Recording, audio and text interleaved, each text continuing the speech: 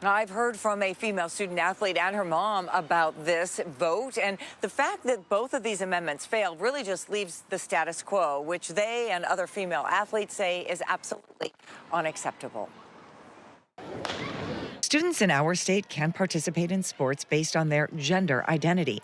The amendment to change that failed in this WIAA vote, along with another amendment that would have created a third division for school sports, an open division, in addition to boys and girls divisions. There's so few students that actually identify as transgender and participate in sports that we don't see it, in a large majority of our events. But young female athletes like Frances Stout, who's had words and more with a transgender athlete on the basketball court, told me in a text that she and others have worked way too hard to allow biological boys and men in girls and women's sports. She wrote, "Our school administrators and the WIAA have failed us." Even before the vote, the WIAA knew that both of these amendments, if passed, could not be enforced since both would be in violation of current state law.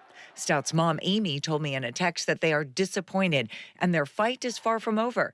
She said they will hold the line and continue to fight for all girls, just like Frances, who want a fair and safe place to compete. Anyone pulling out or not staying with the association because of this? Not today.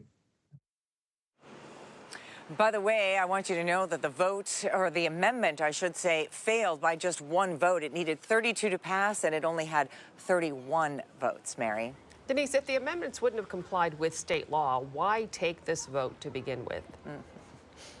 Well, I certainly asked Hoffman that was one of my unanswered questions, and he let me know that they have 800 member schools in the association, and if just 5 come forward with an amendment, their policy is they have to put it forth, they have to at least put it to a vote. So that's why they did it, because that is what they had to do by their policy.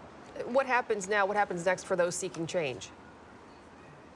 Well, the only way that this really can change is by state law. So people who are very upset by this, who want change, they should probably talk to their lawmakers, see if they can get them to move on this at all and get others involved. And the other option is to go through the state's initiative process, because that is another way that you can work on changing state law. We'll keep watching to see if anybody does that, Mary. Denise, thank you.